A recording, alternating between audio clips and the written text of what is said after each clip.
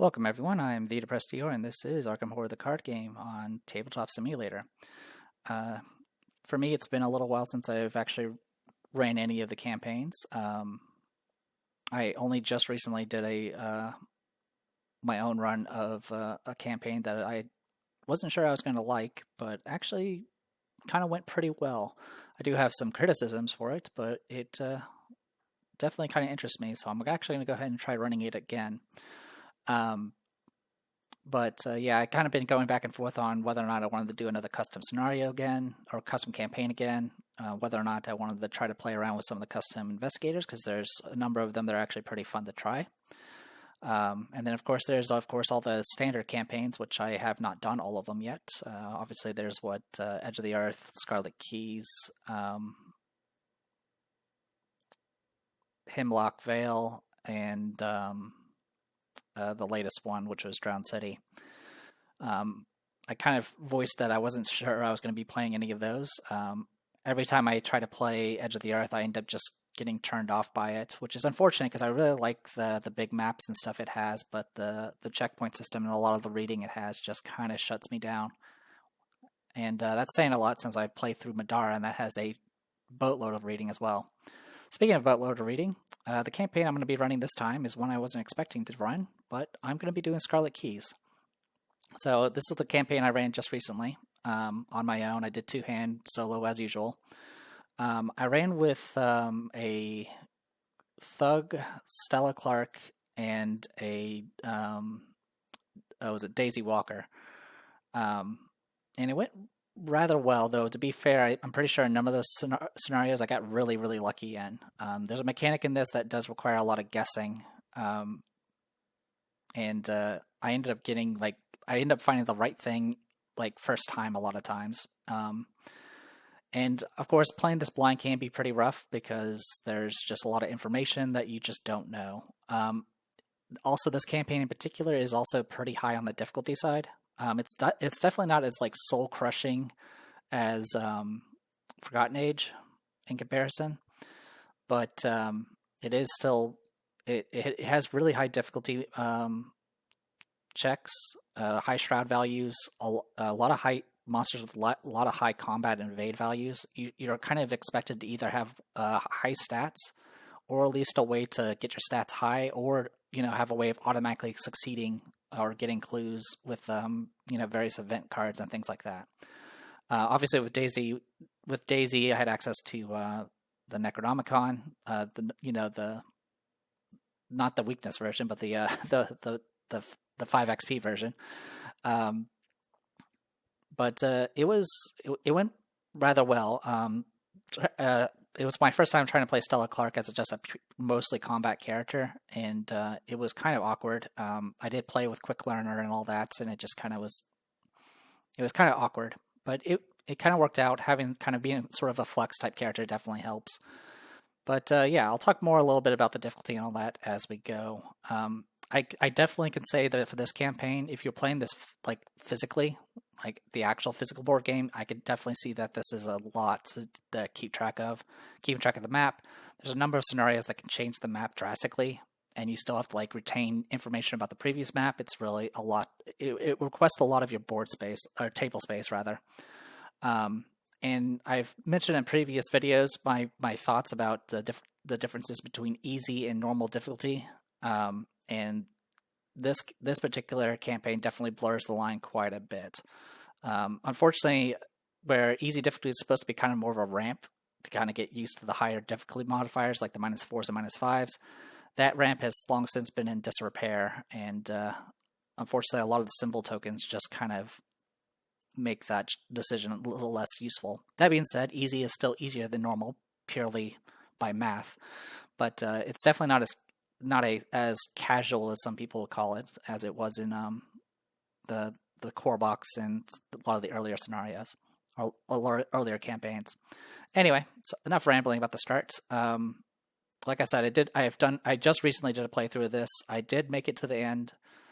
I did make one significant error, which unfortunately I don't think it would have made too much of a difference in the end, but it was still annoying that I made it. And I did make notes So I am going to try my best to not look up spoilers or anything like that. Obviously, flipping through the book, my eye does catch things. So I do know a little bit of extra information that I didn't really want to know. But I do have my own batch of notes here from my previous playthrough, so I'm not going completely blind. There's a good half of the map I still haven't even like looked at on this. So this does have some interesting replayability. There are 10 scenarios. I believe Without a Trace is a secret scenario. Shades of Suffering, technically, I don't think is even available because it's on a red space. And out of all these scenarios, I technically did 6 of them. Technically, quote unquote, I did 7, which anyone that's familiar with the campaign probably knows which one I'm talking about. But I technically did it. But yeah, as for this playthrough, I'm going to be trying to go with Jacqueline Fine and Ursula Downs. The other thing to note about this campaign is the XP is generally Dunwich level. You're getting about you'll get maybe 4 XP in a lot of these scenarios. Sometimes you'll get a little bit more depending on how you play and maybe some certain decisions you make on the map. But for the most part, if you're doing absolutely as good as possible, you're most likely looking at about 4 XP per scenario. So I definitely wanted to take characters that can get extra XP, such as Karen's Obel and the Great Work. I also, of course, my experience playing through this, having no one with a high will stat ended up kind of being a bit rough. Both Daisy and Stella only had 3s, so I'm going to try to break a Mystic with 5. I am a little bit concerned about using a Mystic as my primary fighter slash flex, but it really I'm going to be sort of at the mercy of what the Mythos throws at me. In my previous playthrough, a lot of the enemies I ran into were concealed and or aloof. There are some situations where you'll fight big monsters that do spawn on you, but yeah, for majority of them, it was just like, okay, most of these things I can actually handle through other means. So, with that being said, I have not actually taken a look at the random weakness on either of these decks that I imported. For those who don't know how I generally play, it's an all or nothing thing. Either I accept both of the weaknesses or I reroll both. So if there's a situation where I get something like Doomed, which will definitely kill me, I will probably opt to just reroll both of them. Also, if there's ever a situation where the random generation gives me a class-specific weakness that is not for the class that I have, then I'll just reroll that character's weakness. Anyway, with all that said and done, let's go ahead and talk about Jacqueline Fine. I think this is our second time playing as her. I think we played her originally in Dream Eaters. So I definitely wanted to play her again. A lot of the new spell cards from Drowned City involve drawing extra tokens, and Jacqueline Fine would be perfect for that. So I'm hoping they'll play along rather well. So in any case, for those who don't remember her, she's the Psychic. She's Clairvoyant, 5 Willpower, 3 Intelligence, 2 Combat, 2 Agility, and then she gets the ability to draw additional tokens and cancel the others. And then she's got 6/9 Soak. I do have 2 Ancient Arcane Researches, so I will be starting with 2 Mental Trauma. Her deck building is very simple. It's just Mystic 0 to 5. John City did introduce the specialist cards. Clairvoyant doesn't really give her too much that's really that useful. There's, I think it's Dreams of Clay, which is a skill card that may be of use, but it's not something I absolutely need to pick up. Also, since I have Down the Rabbit Hole, I'll probably not be messing around with the specialist cards anyway, because they'll cost me extra XP. I do have the Great Work for the extra XP, as mentioned. Obviously, if either one of my characters dies, gets defeated, obviously that'll be kind of a game over for me. But I kind of play in a way that I generally try to avoid death. So let's go ahead and take a look at our deck. Okay, so obviously we got Arbiter of Fates, we got Dark Future, and our random one is Day of Reckoning, which I've gotten a few times. This is the one that seals your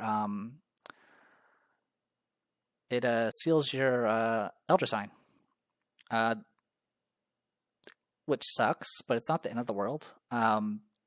It attaches to the current agenda, so if the agenda does advance, then this gets resolved. For some scenarios, that could be kind of rough if there's only one agenda, but it is what it is. As for the rest of the deck, so one thing I was messing around with, I think if you saw my previous campaigns when I was trying out things like Sign Magic, I decided I didn't really like playing around with Sign Magic, so I went ahead and dropped it on all my mystics that were taking it. But for the most part, big thing here is I'm a big fan of Arcane Initiate and the upgraded version, and I want to have as many spell cards as possible to maximize how much card draw I have. Obviously, we have Spectral Shields to keep her alive. That's definitely going to be very, very important in this because there is damage that is somewhat unavoidable. Sword Cane, there is an upgraded Sword Cane in Drowned City, and it does it can actually inflict free damage, which is really useful with the mechanics in this game, or for this particular campaign because of Concealed. We do have Whispers of Doom, which is a way of kind of doing some instant death effects, which will be helpful, or doing just 3 damage to an elite enemy. A lot of the elite enemies do have anywhere from 3 to 5 HP, so Whispers of Doom can help with that. Voice of Ra is going to be especially useful because obviously I can use that in conjunction with her ability to draw as many, to get as many resources as possible. Voice of Ra is actually going to get more powerful as the campaign progresses because of how the symbol tokens work in this particular campaign, so that'll be interesting. So I dropped Sign Magic, and I dropped one other card. I don't remember which one it was, but I went ahead and brought back Uncage the Soul just to maximize my economy as much as possible. Also, I'm a big fan of the upgraded version of Uncage the Soul, which will allow me to kind of re-grab spell assets just by discarding them and then playing them from the discard. Precedent is also another way for me to get spell cards back, which will be very useful because Jacqueline Fine can predict what she's actually going to be playing with. Besides that, we do have Fearless to kind of help heal some of the horror that I start with. And then, like I said, I'm going flex with this one, so I do have 2 Breath of the Sleepers, 2 Eyes of the Dreamers, 2 Rite of Seekings, and 2 Shrivelings. So I have multiple ways of cleaving, multiple ways of fighting. Obviously, we have the Sword Canes that also help with fighting and some evading if I desperately need it. Obviously, we have the usual staples, Ward Protections. We have some Deny Existences. Yeah, pretty standard stuff. Our skill cards, we do have some Promise of Powers as well. But yeah, the big things here are going to be seeing how the Breath of the Sleeper and Eyes of the Dreamer play. Obviously, they're usually act as batteries for the Spectral Shields, but with Jacqueline Fine, I can have a lot more control over the symbols that I draw. Now, that being said, I can't just do the extra effect off her ability. I do have to spend a charge at least. And then from that, I have to choose let's see, hold on a second. Before revealing, you may spend up to 3 charges to reveal that many additional chaos tokens. Choose one of the revealed tokens to resolve and ignore the rest. If you succeed, up to 3 charges. I think you still have to spend 1 charge, which I would anyway. But yeah, Breath of Sleep can potentially do 3 damage, which is really helpful. The only big thing is Eyes of the Dreamer and Breath of the Sleeper doesn't have any actual accuracy boost, so it's just going to be raw 5 or 6 willpower, depending on whether or not I have Holy Rosary out. And like I mentioned before, the difficulty levels in this campaign are actually rather high. The other thing that's probably a point against this campaign in general is the investigators that you get tend to not do very well with Scarlet Keys just because of how the mechanics work. There's a couple ways to get around things. Obviously, the parlays from Alessandra can technically get around some of the issues, but there are some restrictions on that too. Amina, I think, is kind of just screwed in this campaign. Having 3s in all your stats is you're just asking for hell. But yeah, enough rambling about this character. So that's her weakness. Let's go ahead and take a look at Ursula's real quick. Actually, we'll talk about Ursula first. So for those who don't know, Explorer, Seeker, Wayfarer, 3 willpower, 4 intelligence, 1 combat, 4 evade, or agility, sorry. And then, of course, she gets the ability to take investigate actions after she moves to a location, which can be very useful as long as she's mobile. It can be kind of awkward to use simply because you generally like to stay in one location until you get all the clues before moving. In this campaign, it can be pretty useful because you do kind of want to keep moving because there's a lot of aloof enemies that you just want to avoid. Also, in general, you want to be moving a lot because you have to deal with the conceal mechanic. And then, of course, her Elder Sign lets her move even more. She has 7/7 Soak. I do have In the Thick of It, so I will be starting with 1 physical and 1 mental trauma. And her deck building is 0 to 5 Seeker, 0 to 4 Relic. Probably the biggest unfortunate thing about Ursula is if she had like higher combat, like if she had 3 combat, that would actually open up the deck building a lot more for her with that relics, because things like Enchanted Blade would be some relics she could actually play around with. But that 1 combat pretty much shuts her down on that route. So her options really are just either you play her as 0 to 5 Seeker only, or you're going Karen's Obel and then using the extra XP to get the big exceptional cards from Rogue. There's also having Karen's Obel as a permanent relic also has some benefits in the fact that you can play it off of Wit and Green to always ensure that you have the stat bonus. So, I've definitely grown more on Ursula. She is still definitely weaker than a lot of the other Seekers, but she definitely plays a lot better now. I think for some of the people on YouTube that are talking about her, they generally don't like playing with Karen's Obel, and that's definitely a detriment for Ursula. Like, Ursula being one of the few Seekers that have access to Karen's Obel is kind of her thing. There's really only one other character that has access to Karen's Obel as a Seeker, and that's the Drowned City Seeker character that has the evade stuff. And he has access to, 0 to 2 Rogue, I think. Anyway, let's go ahead and take a look at the deck and see if I have to reroll. Stupor. That's going to be fun. I'll play with this, but this is rough. Okay, well, Call of the Unknown can be kind of annoying, but it's not the worst thing I've had to deal with. But yeah, the big thing here is that Stupor. So this is essentially, this is part of the reason why I always, with my Seekers, always take Medical Student, just in case I get Stupor, because with Medical Student, I can counteract Stupor. Yeah, that's going to be unfortunate. I'm not sure how that's going to play out, but we'll go ahead and talk about the rest of the deck. So for right now, we're essentially just 0 to 5 Seeker, though we do, of course, have Karen's Obel. In the Thick of It, 2 of the experiences for Karen's Obel. The remaining experience is going to be used for Second of Onyx. As you guys know, I definitely like playing with Pin to the Queen, and Pin to the Queen is definitely going to be a must-have for this particular campaign, because having ways to automatically get clues or automatically evade something is going to be very, very helpful. All right. I have changed some things since the last time I played her. Some new things. From the Drowned City, I got Artistic Inspiration.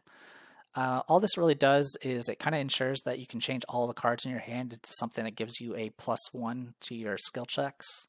But what's really nice about Artistic Inspiration is you can use the inspiration that's on it to after revealing the Chaos token. So a lot of times when you do a skill check, you try to make sure you're high enough to anticipate any of the minuses that come your way. With Artistic Inspiration, as long as you have an inspiration on it, you can kind of make sure that you're kind of good to go. You just have to be, you don't have to have every number accounted for. You just have to have everything -1, and you'll be pretty much good to go. Also, if you just happen to have a lot of card draw and you have a bunch of cards that you're going to be forced to discard anyway, you can always exhaust this to put a inspiration on this. It does say replenish, which means it can't go above 1. But yeah, it's just a way to kind of get an extra bonus if I desperately need it. And also, if I happen to draw the autofail, I don't have to use it. I've definitely on my Seeker decks, I've definitely upped my economy quite a bit. I usually try to bring both Burning the Midnight Oils and Crack the Cases at the start. And that tends to help quite a bit. Obviously, we got the usual staples. We are doing Practice Makes Perfect, so we do have a lot of practice cards. So we got Deductions, Perceptions. We do have Plan of Actions. This is actually pretty useful on Ursula, simply because she does have that 4 agility, which can be very useful for if she needs to do an evasion at the for the first action. We do have a couple of shortcuts for additional mobility, which goes well with her ability. I do have A, Working the Hunch. There is an upgrade for Working the Hunch in Drowned City, though I don't know if I'll actually grab it. But this is actually pretty useful because it's a fast way to, well, get a clue, but also potentially reveal a concealed card. We got Wit and Green here. This is definitely going to be our go-to for a lot of the campaigns. since I have Karen's Obel, this will always be active. In other words, if I play her, I'll get +1 book.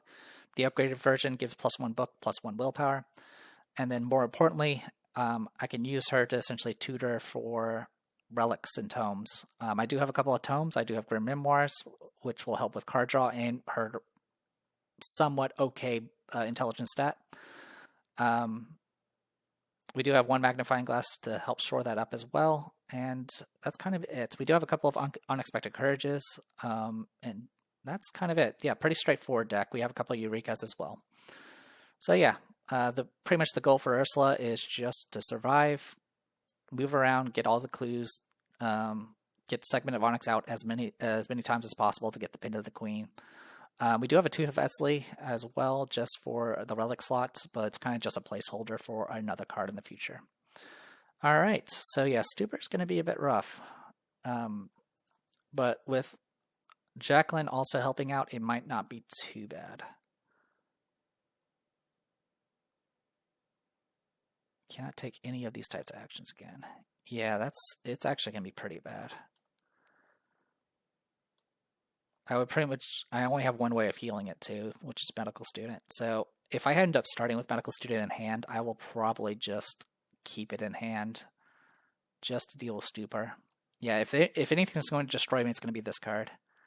Like having this on a Clover is rough. Obviously, there's ways to get around it.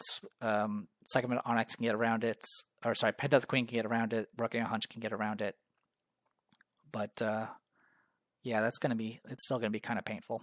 All right, so enough rambling on that front. Let's go ahead and let's read up on the Scarlet Keys itself. The Secret War. By May or June, I realized that there was all over the world a surprising and unwanted burst of activity on the part of bizarre, furtive, and esoteric mystical organizations ordinarily questioned and seldom heard from. So, let's see. All right, so we'll talk about some of the new rules. One of them is keys. As the name is implied, there are keys in this campaign. Keys are essentially cards that will be assigned to something or someone. If it's assigned to an investigator, it will always start. That investigator will start with that key, and it will always start on their stable side. Speaking of, keys have a stable and unstable side. Essentially, the stable side has a positive effect that you can activate, and then the unstable side has a negative effect that you generally don't want to deal with. The way you activate the key is by doing an action called Shift. Shift is a lightning bolt ability that can be done in any player window. When you shift, you will activate its effect and then flip it to its opposing side. So if it's on the stable side, it flips to unstable. If it's unstable, it flips to stable. The only exception to this is if it activates because of an enemy effect. On the unstable side, it will not flip, because the enemy wants to keep it on the unstable side because it hurts us. The keys can't leave play unless the bearer leaves play. So yeah, unlike other things, keys generally don't get stolen that well, at least not through the standard gameplay methods. When a key spawns on it, if it's under the control of an enemy, it spawns on the unstable side. There's no limit on the number of keys that can be shifted in the same turn. The only limit is you can only shift each key once per round. So if you have 5 keys, you can shift all 5 of them at once, but you won't be able to shift any of them again until next round. So yeah, the keys generally give you all sorts of neat little effects, and then the way to reload them so you can actually use them again tend to involve some sort of negative effect that affects everybody. So it has powerful effects, but it can be kind of dangerous. Special rule for Scarlet Keys is the Red Glove Man is a special character in this, and since he's a unique character, you cannot use the Red Glove Man ally asset, which is fine. I've long since stopped using him, so not a big deal on that front. And then we have Concealed X. So the way Concealed works is it'll have a number beside it, and that number decides how many decoys it comes with. So concealed enemies do not spawn on you or on the board in general. They spawn in some place called the shadows, which is just an off place. They are still classified as in play as far as certain effects go, but for the most part, anything that you would want to do to an enemy, you won't be able to do while they're in the shadows. To get them out of the shadows, you have to find them by revealing or exposing various face-down concealed cards. The way it works is when you spawn an enemy with concealed, you take their specific mini card and then X number of decoys. You shuffle them together, and then you will place them evenly on your starting location and any nearby location. So let's see. They spawn it into it's called the shadows, then takes a set aside, shuffles them. Okay, yeah, you distribute them as evenly as possible among each location in play, starting with the locations nearest to them. Then at each of those locations, if those locations already had concealed mini cards, you would shuffle them as well to ensure that you don't know which is which. So yeah, I don't think I made that mistake, but yeah, it's not just your location and adjacent locations. It spreads out everywhere, depending on how many of those cards you're spawning. And then there's a big list of rules for how to reveal mini cards. So the way you can reveal mini cards is you have to be at their location. So as far as I know, if you have a card that affects a different location, unless it says you're acting as if you're at that location, I don't think it will work. But the way you can reveal a mini card is you can either do a attack, evade, or an investigate. Also, any effect that does an automatic effect, such as automatic evade, automatically deals damage, or automatically gets you a clue at a location, that also can expose a mini card.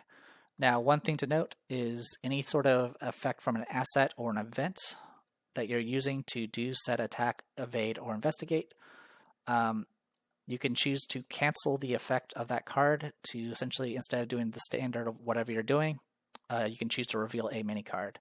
The bad news is that is an all or nothing thing. So, for example, if you're doing a Storm of Spirits that can hit multiple targets, and you're like, I'm going to use this to try to expose all the mini cards, unfortunately, it does not work that way.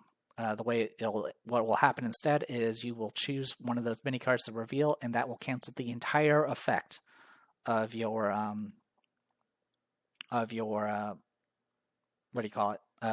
your event card. Now, if it's multiple separate effects, then it can sort of work. Like, for example, breaking and entering. You could use breaking and entering to investigate, and if you rolled high enough, you can automatically evade. In which case, you can use the investigate and the automatic evade both together. In which case, they can each reveal a card, or get a clue and reveal a card. Besides all of that, so when you flip it, it'll either be a decoy. If it's a decoy, it just gets set aside, and that's all that happens. But if it's the enemy mini card, that enemy has now been exposed. You spawn that matching enemy on your location, and that enemy is now in play. If there's a situation where all the enemies that were in the shadows are now in play, any remaining mini cards that are concealed mini cards that were on the board get removed. So, if there's one enemy that spawned himself and 5 decoys, if you reveal that one enemy, those five decoys would disappear because there'll be no other enemies. As mentioned before, like I said, only one mini card can be exposed per effect unless explicitly stated. So this thing's pretty rough, purely because there's just like I mentioned before, the difficulty levels of a lot of the checks are rather high. The difficulty for exposing a mini card is usually the shroud value of that location, and there are a lot of high shroud values. So having a lot of ways to automatically succeed on something is definitely very, very important. Also, if you just happen to be very, very unlucky, you could find yourself spending a lot of actions just revealing cards that end up being decoys. It's usually not too bad, but it can still be pretty rough. Obviously, we got the alert keyword, which we already know about, and then there's patrol, which I think this may be the first time it's been mentioned. But patrol is essentially hunter, but it's more specific towards an objective rather than a player. It essentially happens on. I think it happens on the same step. They just, if they are not engaged, they will just move towards a certain location, depending on certain criteria. So quick thing here: easy difficulty. -2 is the highest. And then you start with all those symbols. Needless to say, the -2 is not really going to matter too much because the symbols are pretty brutal in this campaign. Anyway, with that, all that's left is the prologue, which unfortunately is literally the first scenario, so we'll be reading through that. And unfortunately, it does have a lot of reading, but we'll deal with that when we get there. So, sorry for the rambly intro, but there was a lot to kind of go over, and hopefully things go okay in this, but we'll see. I'm Theta Prestino. This was Arkham Horror, the card game, with Ursula Downs and Jacqueline Fine. Jacqueline Fine will be the lead investigator, by the way, and this is the Scarlet Keys. I'll see you guys next time.